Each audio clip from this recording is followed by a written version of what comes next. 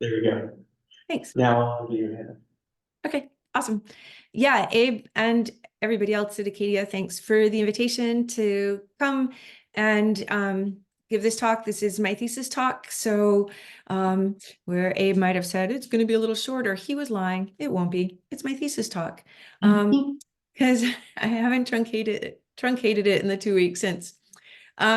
Super awesome also to be giving a talk since I feel as though Acadia has been a little bit of my sort of my research homeland here in Maine, starting shortly after David Mansky, learned about Mercury in the Park. I started working on Mercury in the Park with a through fall experiment behind headquarters. And so I feel definitely like Acadia has been a little bit of a research home for a very, very, very long time for me, including the work I'm presenting today, which did include 2 field sites here in Acadia. So I definitely want to thank Acadia.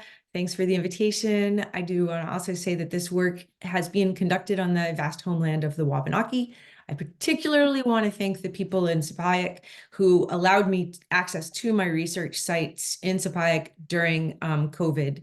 So yeah, thanks. Again, I'm Hannah Weber. This is my PhD work from the University of Maine, and I am the Marine Ecology Director at Schoodic Institute. So I want to start with a little orientation and breakdown of the title, The Foundation Roles of Rockweed, Ascophyllum nodosum, in Maine's rocky intertidal zone. And we'll start at the very end, the intertidal zone. I've heard the intertidal zone called the ocean's bathtub by Abe, the ribbon of mystery, the fruit fly of ecology, or two-world living. And regardless of what it's called, it's the living space between high tide and low tide, and is a zone of high temporal and spatial variability. And because of that, at high tide, it's physical forces that drive living conditions. And so temperature fluxes, light, drying out, wind, that's at low tide. And then at high tide, it's interactions. So predation, competition that drive living conditions. That's all I want to say about the intertidal. So let's jump to the other end of the title. Didn't really work for the title to put the word species in there, but it should be in there. So a foundation species is a species that dominates an assemblage numerically and in overall size and usually mass. And also determines the diversity of associated taxa through non-trophic, that's the non-who eats whom interactions, and creates locally stable conditions in the ecosystem that it defines. So these are habitat-forming organisms that define many different ecosystems. They're common, they're abundant, and they're defined by the roles that they play as much as by their identity. Ooh, pardon me. To get back into PowerPoint. Here are some examples: hemlocks, mangroves, canopy forming seaweeds, seagrass. Some examples, again, common and abundant. Here's the rub. As a result of being common and being abundant species typically are excluded from conservation planning until threats to their population emerge, by which time research to understand their life history, their roles, which I've highlighted, and functions in their ecosystem is akin to emergency triage. And there definitely have been declines in other foundation species. This has not been the case for rockweed in Maine. So understanding how habitat providing and stabilizing properties of foundation species like rockweed happen and are impacted by loss can sort of change. If we understand that, then it can allow for sort of better predictions of how whole systems can be altered. And given that dual role of maintaining biodiversity and mitigating physical drivers, foundation species should be conservation targets. So there are questions that we can ask of the rockweed-dominated system that can add to a broader understanding of foundation species, as well as our understanding of the rockweed-dominated system itself. Which brings us to the middle of the title, rockweed or Ascophyllum nodosum. So it's found in the mid-intertidal on semi-sheltered shores around the North Atlantic. Rockweed is a long-lived perennial brown algae growing up to 3 meters tall. I've actually measured a couple that are taller, but let's just go with 3 meters, up to 3 meters tall. Each individual comprises 1 to several branching fronds. This is a marine algae. It is not a plant, but we are terrestrial beings. We think terrestrially most of the time, so fronds can be thought of as branching stalks. Just if that helps you to sort of have a mental model. So, and then I want to mention that the rockweed growth is mostly apical or from its tips. So rockweed is a foundation species.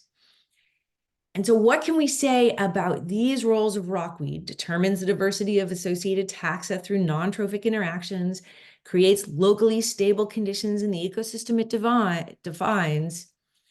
Particularly, what can we say about these roles as rockweed is affected by human disturbance. It's harvested throughout its range. Harvest is not total removal. It is a cutting of the tops of rockweed. And in Maine, that cutting height is 16 inches, which is conservative, and rockweed grows back. But with this disturbance, as with any disturbance to a foundation species, what happens to these roles? And we can't study roles without studying the community, as it's the community that is structured through the non-trophic interactions and through the localized stable conditions. So to study the roles, we need to study the community. And the rockweed-dominated ecosystem, of course, is this opportunity to study this role of an abundant foundation species, not in emergency triage. And that opportunity formed the basis of my thesis. Nick Vizzelli, my boss, told me about this friend of ours and colleague, Sarah Nelson, who summed up her PhD in 1 slide. Here's my thesis set up in 1 slide. Something rockweed leads to something community. That's my whole thesis, people, right there. And so what are these somethings? These all end with the words community composition, by the way. How does habitat complexity translate into? How do changing roles of different structuring forces affect? And how does human disturbance, to a foundation species change the physical environment and the community composition? And by community composition, I mean identity, abundance, and richness of the species occupying and interacting in the rockweed space altogether. This is my talk outline, and we've already had the preamble, so just cross that one off the list. There were 4 chapters to my thesis. For each of these sections, this is still broken down in chapters. I'll go over a little bit of the background and the setup, the results and the takeaways, and then I'll wrap up at the end with some general takeaways that I had from my whole thesis before answering any questions that anybody has. I did, for the talk that I gave 2 weeks ago, in this talk combined chapters 3 and 4, pardon me. So chapter 1 about habitat complexity. And the big driving question here was, how does habitat complexity translate into community composition? And first, I wanted to orient habitat complexity within habitat structure. Structure being the scale-dependent arrangement of physical objects in space. The relationship between habitat structure and ecological community has been well studied at least since the 1950s, as demonstrated here on the graph on the right from the MacArthur and MacArthur 1961 paper on foliar height diversity and bird species diversity. Foliar height diversity on the x-axis, bird species diversity on the y-axis. The increase in habitat structure leads to an increase in community composition. And this may be increased resources, more and variable refuges from predators, anything in that n-dimensional hyperspace known as niche space. There are 2 parts to habitat structure. heterogeneity and complexity. Heterogeneity is sort of the relative abundance of different structural components in the environment. Complexity is the size and shape and arrangement of habitable structures and the interstitial space between them. It is super difficult to tease out the different roles of heterogeneity and complexity. However, it's important to do so because changes to structural complexity can have significant and long-lasting effects on the ecosystem. And as we as humans are working to maintain or restore biodiversity, it'd be good to know how to do that through managing or modifying heterogeneity and complexity. So here's a quote from Whitaker, 2023. The three-dimensional rockweed canopy provides a complex matrix of microhabitats, increasing niche availability for high diversity of taxa. Note that this is qualitative. This is a qualitative statement, not a quantitative statement. Rockweed does have this complex 3D structure, and while the quantitative relationships for other macroalgae and invertebrate community have been established, that relationship for rockweed remains qualitative. So can we take advantage of this known complexity, largely ignore heterogeneity, and learn something about the rockweed community and the relationship between complexity and community? And of course, we wouldn't be here today if I didn't think that we could. So of course I thought we could. And to do this would just require collecting a bunch of rockweed individuals and basing relationships between complexity and community only on the characteristics of rockweed. And the community in question is, of course, the spineless invertebrate community. The aim of this particular work was to have a lot of variability and complexity while keeping heterogeneity out of the picture. So we didn't want to collect across this well-known stress gradient from the upper rockweed bed to the lower rockweed bed. Upper would have had more time to dry out, would be longer out of the ocean, more stressful, whereas closer to the ocean would be more time in the ocean and have different neighbors. So I wanted to collect in the middle of the rockweed bed, but have a lot of variability in the actual structure of rockweed individuals. And as luck would have it, as mentioned earlier, rockweed is harvested, and as it grows back, the overall structural complexity is altered. So rockweed harvest again, partial removal of the canopy, and rockweed tends to regrow not vertically in long, tall fronds, but laterally, creating dense and bushy structured. Keeping in mind also that altered is a qualitative word, not quantitative. Anyway, so we asked, can we use rockweed individuals from locations with different harvest histories to have a broad range of complexity? And then what are the relationships between habitat complexity and community composition? And the predictions were that this observed regrowth pattern would give us an increase in complexity and that there would be relationships between complexity and composition.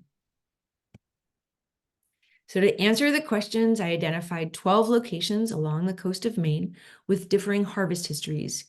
1 year post-harvest, 2 years post-harvest, 3 to 4 years post-harvest, or 10 or more years since harvest. And I collected 4 rockweed individuals from the middle of the rockweed zone at high tide per site. 12 sites, 3 sites per the different harvest histories, 4 rockweed individuals per site, 48 individuals all told. So to do this, to collect these samples, I invented some rockweed collecting bags. The schematic is on the screen. I deployed these bags at low tide, which is sort of like putting a hair elastic through your hair. If the hair were rockweed and the elastic were these collection bags. Cinched them down to the bottom of rockweed, and they stayed pinioned while the tide came in, but the floats floated up so that I knew where my bags were. I went out at high tide, pulled up on the floats, which released the pinions, pulling the bag up along the rockweed. It was cinched off at the top, zip tied off at the top.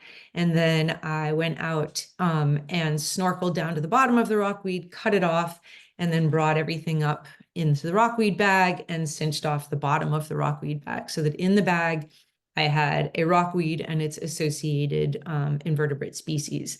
And I just want to mention that you can run with scissors. Wait, you can't run with scissors, but you can snorkel with scissors, people. It's totally fine. Nobody's going to bust you for it because I did it. But you should always carry your scissors pointy end down, not like I'm doing there in the image. Anyway, once we had the samples ashore, we separated the invertebrates from the rockweed, identified the invertebrates to the lowest taxonomic level, and then related invertebrate community to rockweed complexity. Right? Seems pretty straightforward, except how does one measure complexity? This one met complexity with complexity, and I used several different measures, almost all of them from the literature. Took the height of the tallest frond, the circumference of each rockweed individual. Remember, that's all the fronds all together.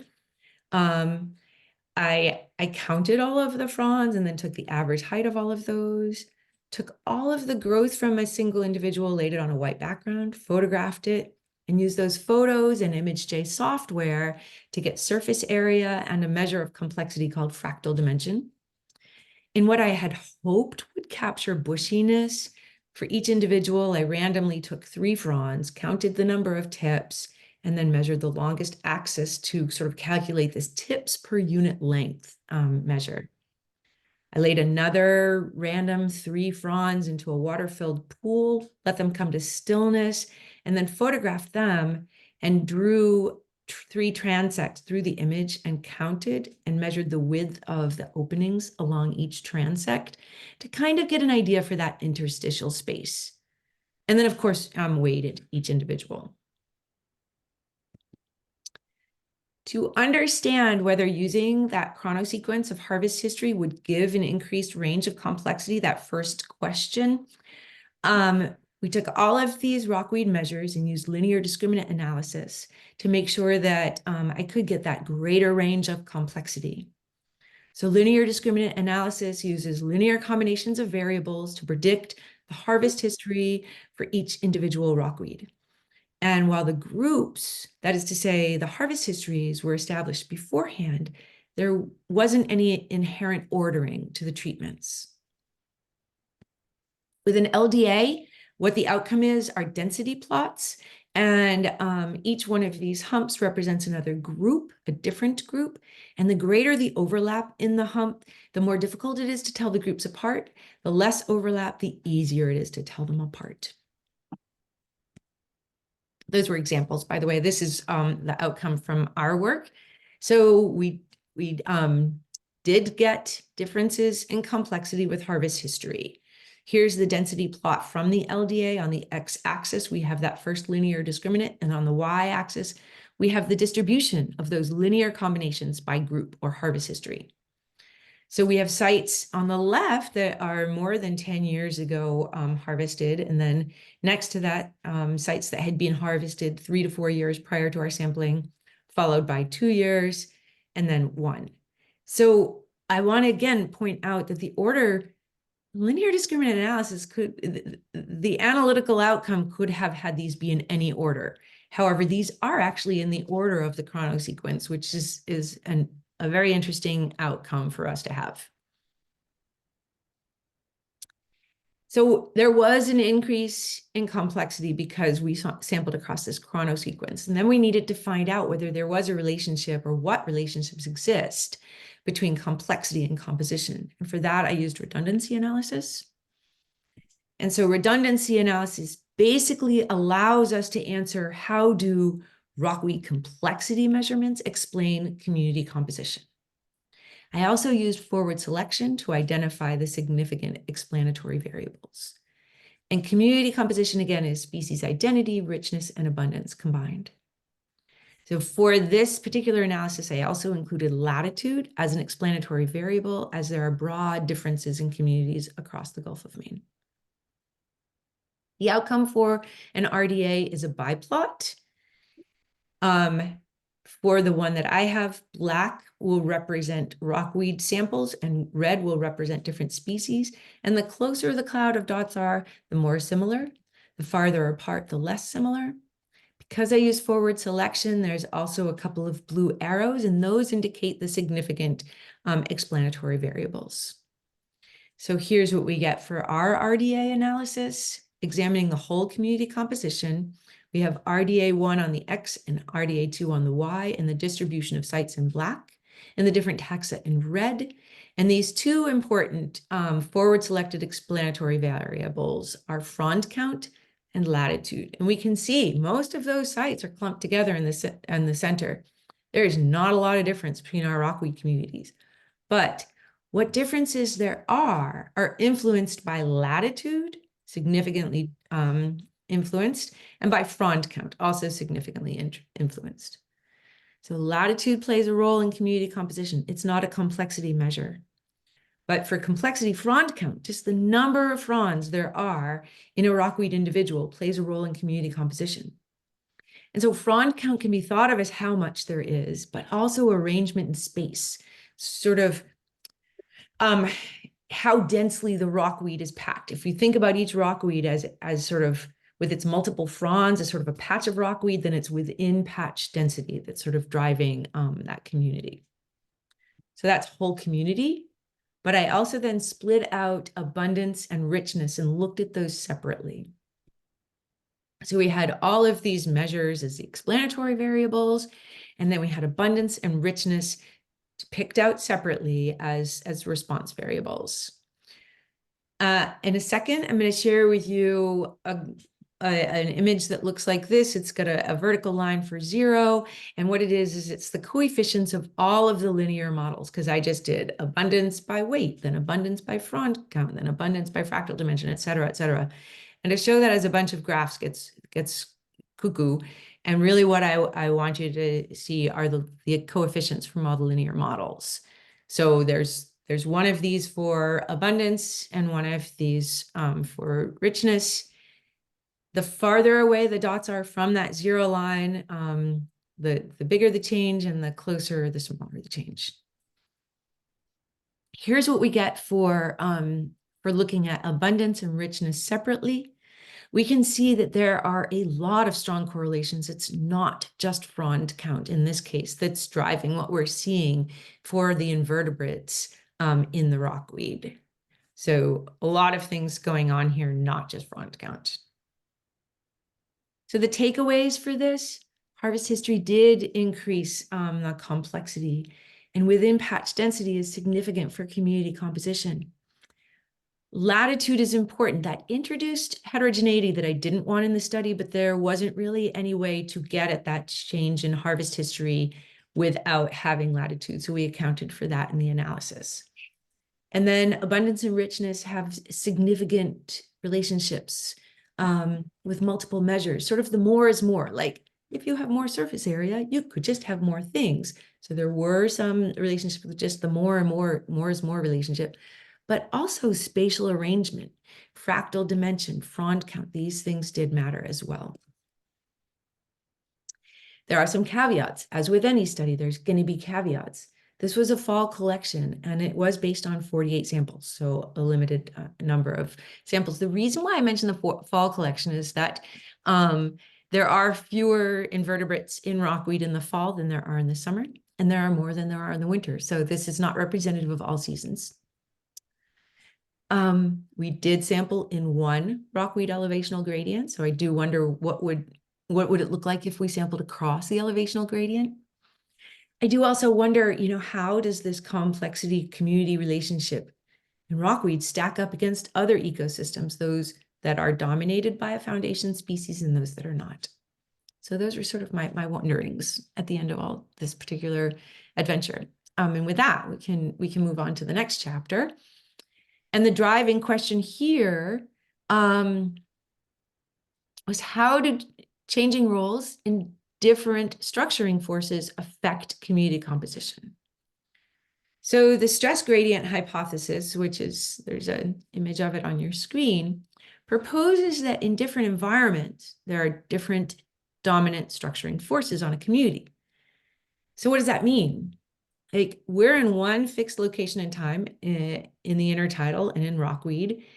And at low tide, again, it's those physical forces that are driving the living conditions: temperature, fluxes, light, drying out, wind. And at high tide, it's interactions, predation, competition that are driving the living conditions. So As the tide is coming in and out, the residents of any one place in the intertidal zone are alternately affected by physical drivers like temperature fluctuations, and then by abiotic drivers with an increase in visitor predators like fish. So if conditions and community drivers are not the same, then it's axiomatic that the community will not be the same.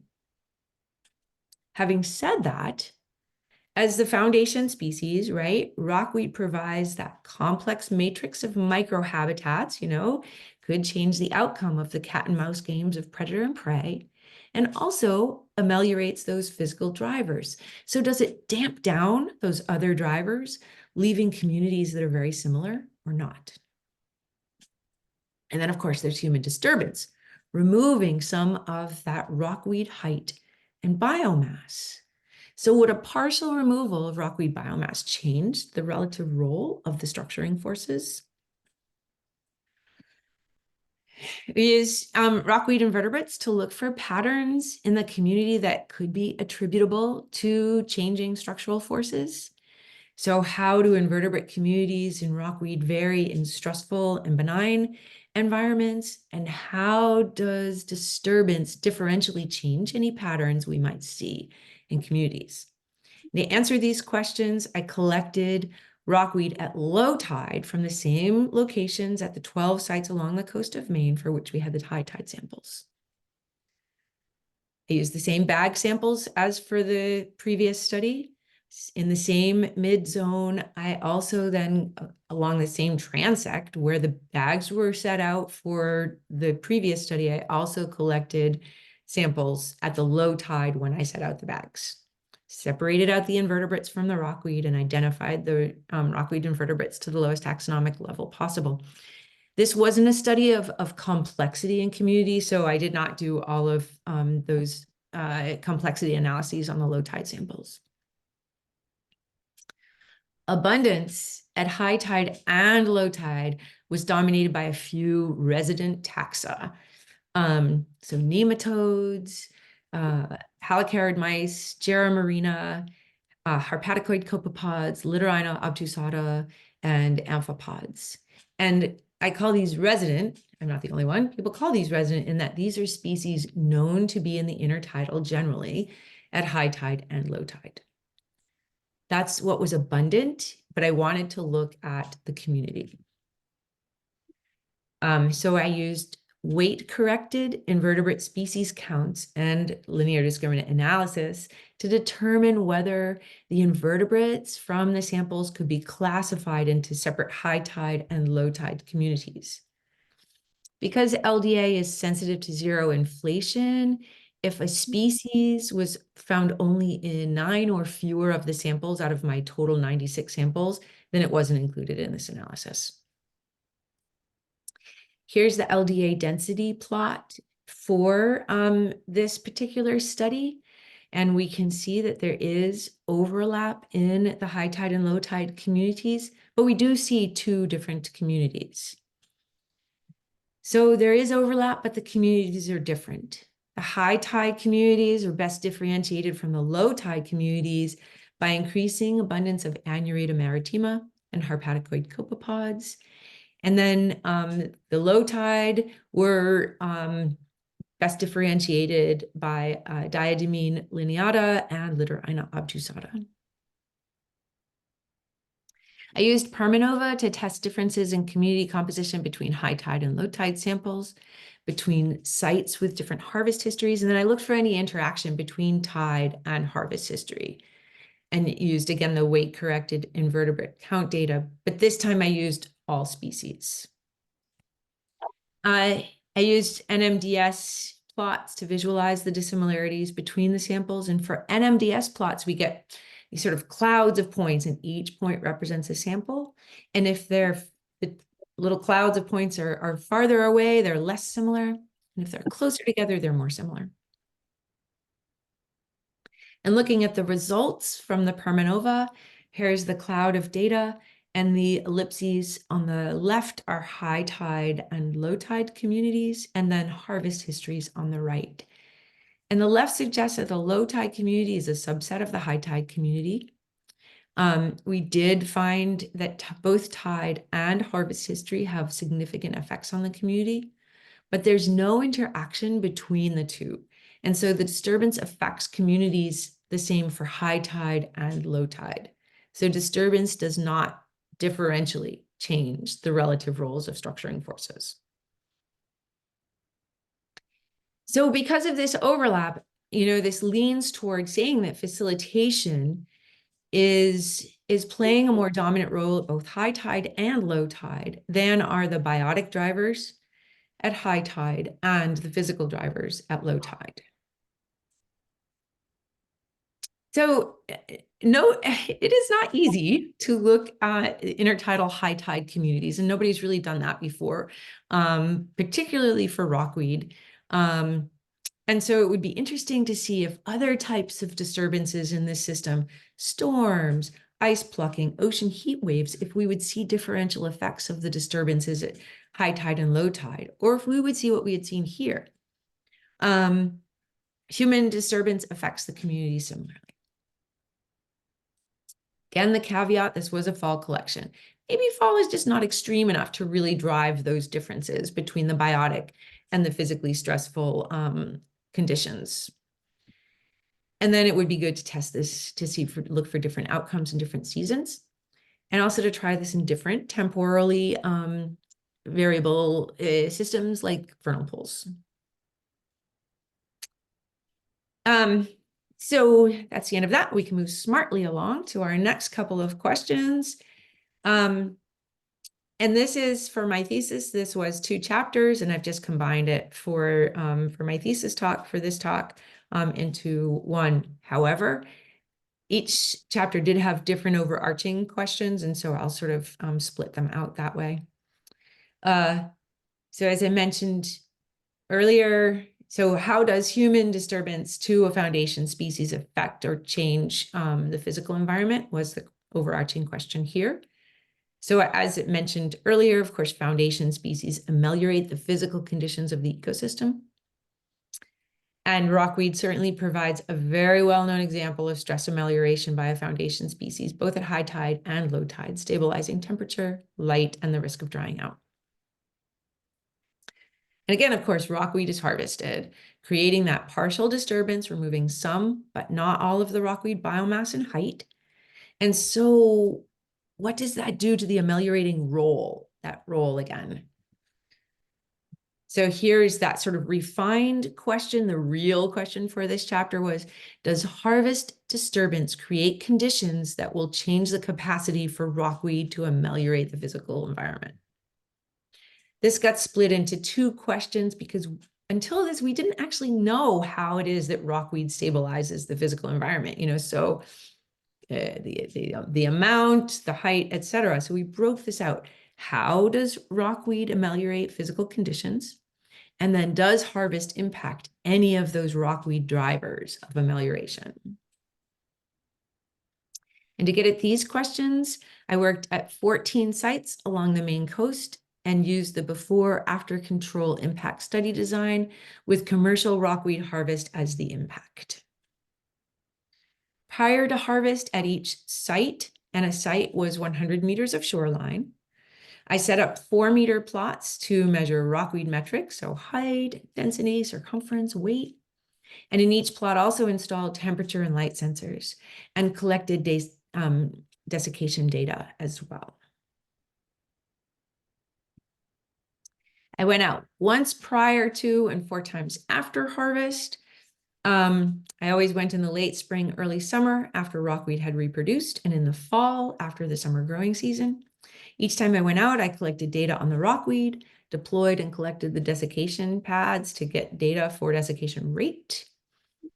That's what this looked like. And of course, the loggers were recording data continuously. I want to point out, harvest is not a buzz cut. And so what do I mean by that? So harvest varies in intensity and in patchiness.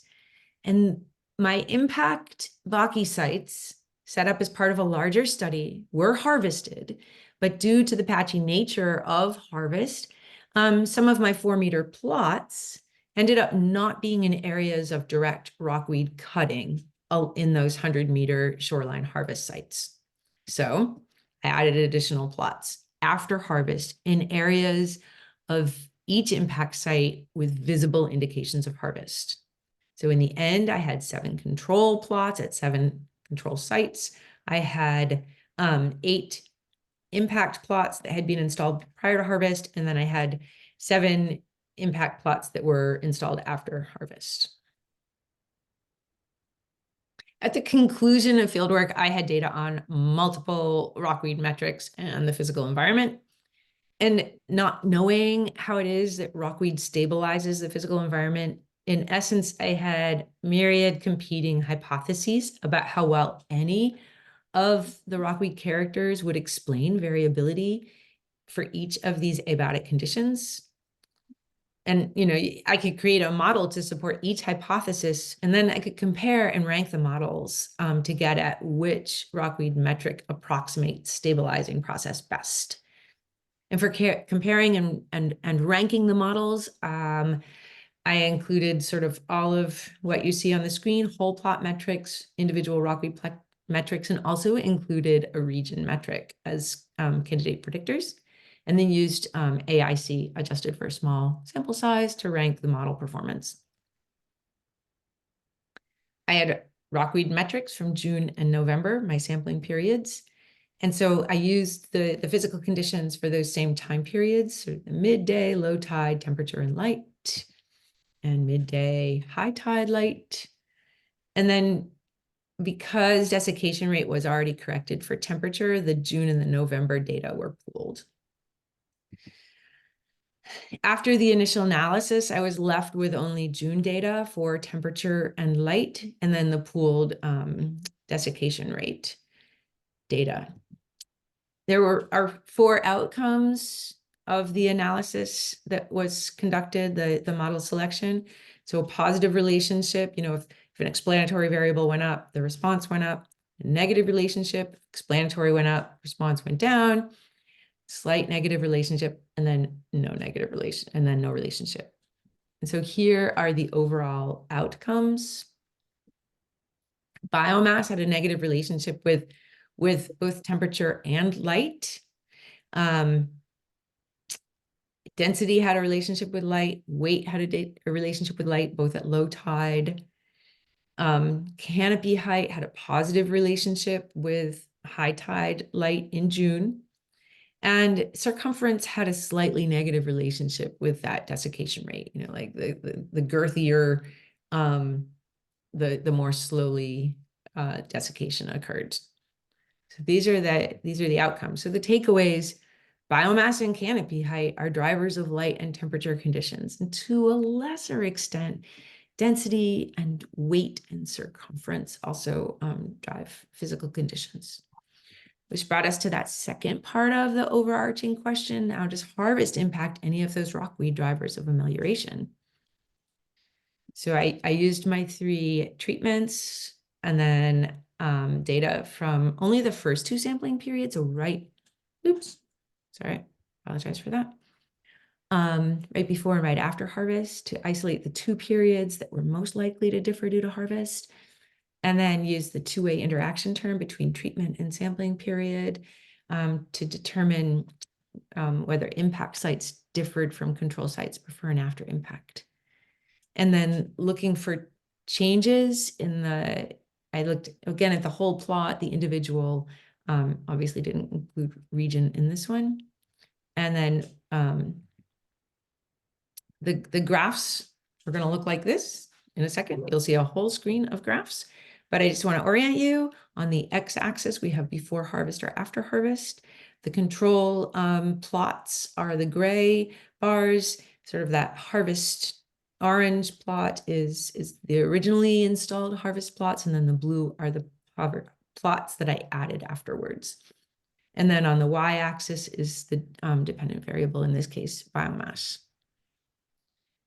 So I looked at everything, but what I want to draw your attention to is that harvest significantly affected biomass, which is unsurprising given that harvest removes biomass, and also affected canopy height. The response for canopy height was not, it was only marginal, it was not significant. And I also want to point out that these outcomes were only for the difference between the control and the intentionally installed plots, not the ones that may or may not have been in harvested areas in the site. So the takeaway, harvest does influence the aspects of rockweed that do drive light and temperature evaluation, but not desiccation. And going to this last little bit of the work for my thesis, and the question here was, how does human disturbance to a foundation species change community? And the community in question is the sessile, so non-moving benthic community under rockweed. This study was built on the same sites as the previous study.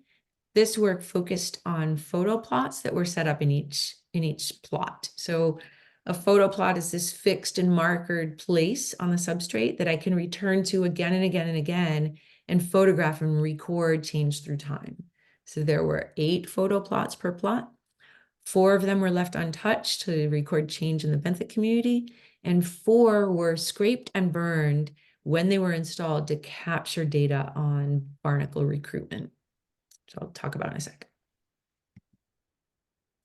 Barnacles are free swimming as larvae, and they settle onto rocks in the early spring. And so we can look at that settlement to see whether there are any differences between our different treatments. And so we used just the photos from spring of 2020 for barnacle recruitment analysis. And then I used the photo plot data from the spring of 2020 and 2021 to look for changes in the benthic community. Now, before any analysis, the plots were reclassified. If directly after harvest the plots gained biomass or canopy height, then they were reclassified as sort of no impact plots. Whereas if they lost biomass or height, they were reclassified as being an impact plot. And obviously the ones that I added afterward were all impact plots. Those were the ones that were intentionally placed. So at the end, I had 10 no impact plots and 12 impact plots.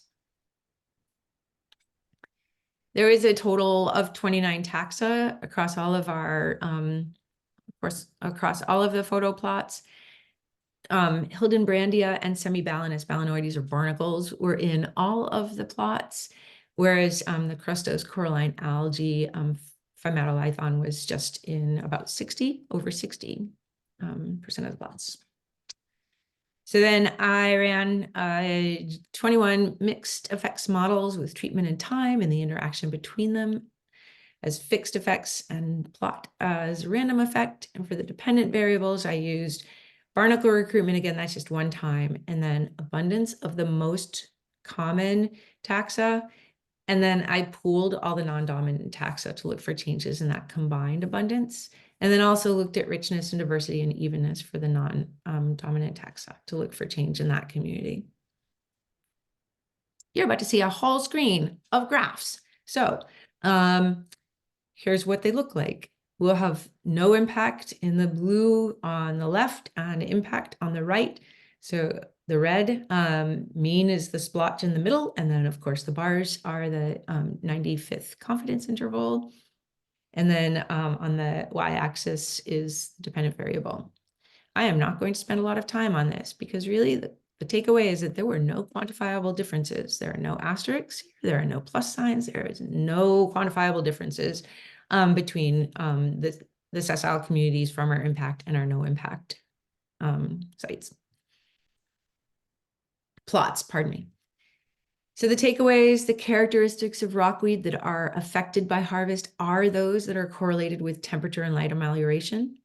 The benthic community was unchanged at this level of disturbance.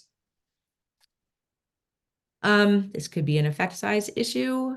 And it could also be that we have a problem with the sensitivity of response variables. Barnacles, Hildenbrandia, and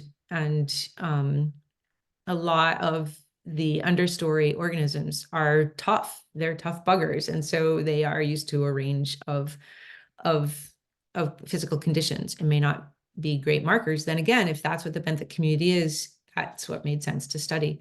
And it did kind of make me wonder, again, for these roles, not for the foundation species, but the roles, what are the tipping points? At what point, is the disturbance such that those roles are changed? And I think that's kind of critical for us to understand if we're going to be working on conservation of foundation species.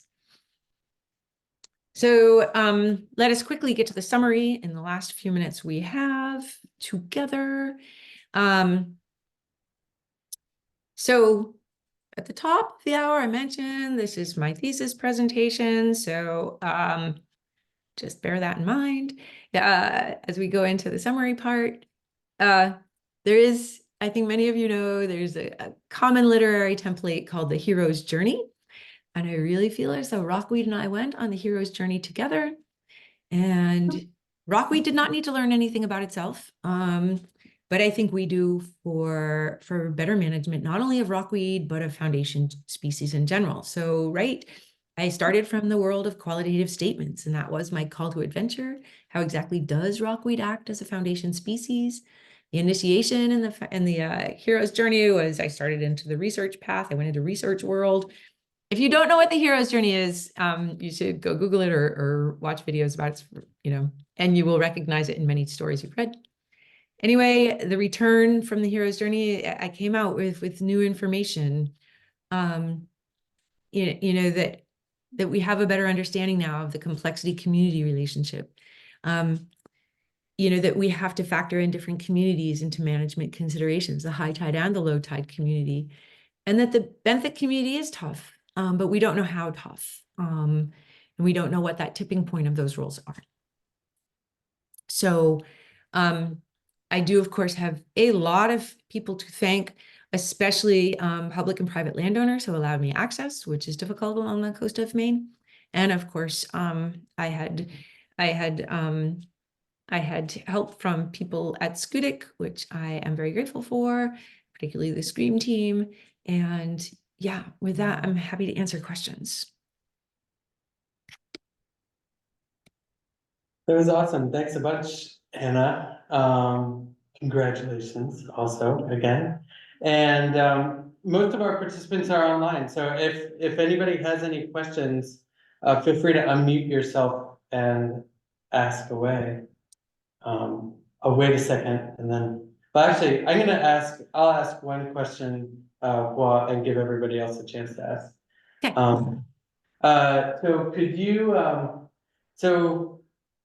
well, I guess one thing I was wondering is how similar was your harvest kind of manipulation to harvest that happens in you may have touched on this, but is there a lot of variation, or is harvest pretty consistent? And how confident are you that your harvest manipulations match harvesting that happens kind of in nature or in the industry?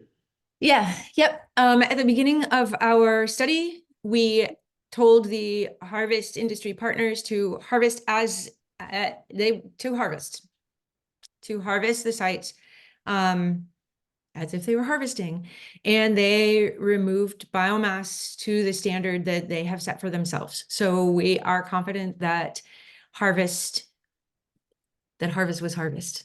There is variability in harvest, to be sure. But yes, these sites were harvested to industry specifications. Awesome. Other questions? Does anybody else have a question? Hi, this is David at home. Congratulations, Hannah. Thanks. Really great study, learned a lot. In the larger context, besides looking at what you did specifically related to the complexity and the impacts locally, is anybody else looking at the broader ecological impacts, shorebirds or other kinds of things that could inform the discussion about management, harvest, conservation, that kind of a thing? I just don't know, and that's why I'm Sure. asking. Nope, thank you. Yeah, my studies were part of a broader effort by the University of Maine CRASH team, which is Conserving Rockweed Animal Systems for Sustainable Harvest team. So we did look at just generally how do, our study sites recover from harvest, and we used the two markers of canopy height and biomass. How do those two things recover? We also looked at how harvest affects the mobile invertebrates at low tide. So I looked at the sessile community. My colleague Hannah Middlestat looked at the mobile invertebrates and found that right after harvest, there is a change in the community. 1 year after harvest, those communities have gone back to very similar to what they look like pre-harvest. So there is recovery in the benthic community, not the sessile community, but the mobile community. And then Elliot Johnston, who I think is maybe gonna give a lunch and learn sometime or something like that, looked at the bird community, and he looked at different guilds, so terrestrial birds as well as shore birds, ocean birds, and found that there were, after harvest, there was a slight increase in birds at harvest sites relative to our control sites, but the number of birds were very, very, very low, just overall very low. So yeah, this was part of a larger study about rockweed harvest in the state of Maine. And again, I want to point out that the state of Maine has a 16-inch cutting height, which is conservative throughout the harvest, the range of harvest. And so while we found, what we found may not be relatable to where harvest standards are different. Okay, great, thank you. I think it would be great. I hope you all can put together some publications where all your data collectively are in one story, at least, based on, the different dimensions of each of your work. But really great, and congratulations again. Thanks, David. Any other questions? Feel free to unmute yourself or ask in chat. I'll ask another. Out of those kind of things, so it seemed, it seemed like there was a surprising lack of big effects, right? But what surprised you out of that? Out of what you found? Or did anything surprise you? Did it kind of go according to what you suspected?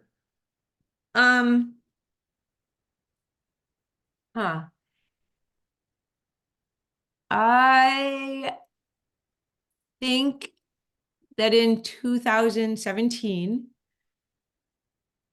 reading, and there have only been a couple of studies done of rockweed harvest in the state of Maine. And of them, only one prior to ours had used commercial harvest as the impact. There are lots of studies where people go out with scissors and cut rockweed down.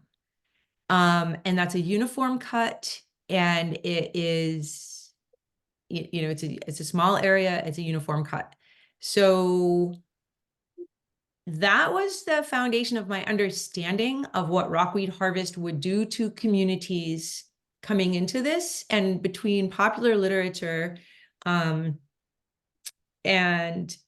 like what I might have read in the Boston Globe or something, and those limited studies of what happens in Maine, I was expecting to see something a lot more dramatic, and it was not in evidence. So I was expecting more drama, and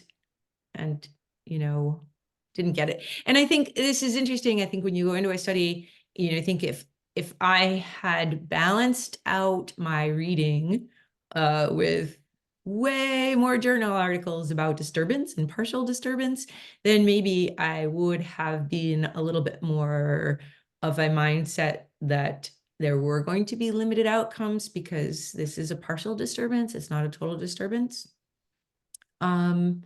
So I think I was surprised by, and there were outcomes for sure, but I think I was kind of surprised by the lack of drama. That was great. And as a last question here, Kareem, do you want to unmute yourself and ask your question? Sure, yeah, Abe. Thanks so much. This was pretty fascinating to take in. I had a question about were there any dimensions of citizen science that played a role in your study? Um, any interactions, for example, with UMaine's Maine Sea Grant and Signs of the Seasons program, for example? Thanks. Yeah, great question. So at Schoodic, we've been collecting data for the rockweed is a signs of the seasons indicator species, which I could go into a whole long story about how come that's not in Nature's Notebook because it's hard to do. But anyway, so we've been collecting data on the phenology of rockweed at Schoodic since 2014, on again, off again. I have to say it's been more off again than on again since COVID. So we've been contributing to that. It does not play a role in any of these chapters, but it is something that I have a deep fascination with the phenology of when rockweed release the gametes into the water column. I can talk to you about that ad nauseum later. It did not play a role in this study, but it is something we've been contributing to. And then, of course, we have as a follow-on to this, not contributing to these studies, we do have Project ASCO, which is, I mean, the large overarching question of Project ASCO is how much rockweed is there in the state of Maine? It's unknown right now, and to have good sound management, it would be kind of good to know what the stock is. So Project ASCO came out of this study, but did not contribute to any of the work. So there has been citizen science around this work, but not part of this work. Unless, of course, you count all of my field assistants who were, of course, very few of them were paid scientists. So I guess you could say they were my citizen scientists, especially my sisters, most particularly my sisters. But yeah. That's awesome. Thank you. Yeah. Yeah, thanks a bunch, Hannah, and really appreciate it, and congratulations again, and thank you for everybody for coming, and this will be up online on the Schoodic Institute's webpage for anybody who wasn't able to make it, or on the YouTube channel. But thanks a bunch, really appreciate it, and yeah, and we'll see everybody later. Thank you, everybody, for coming. Super duper stuff. Bye.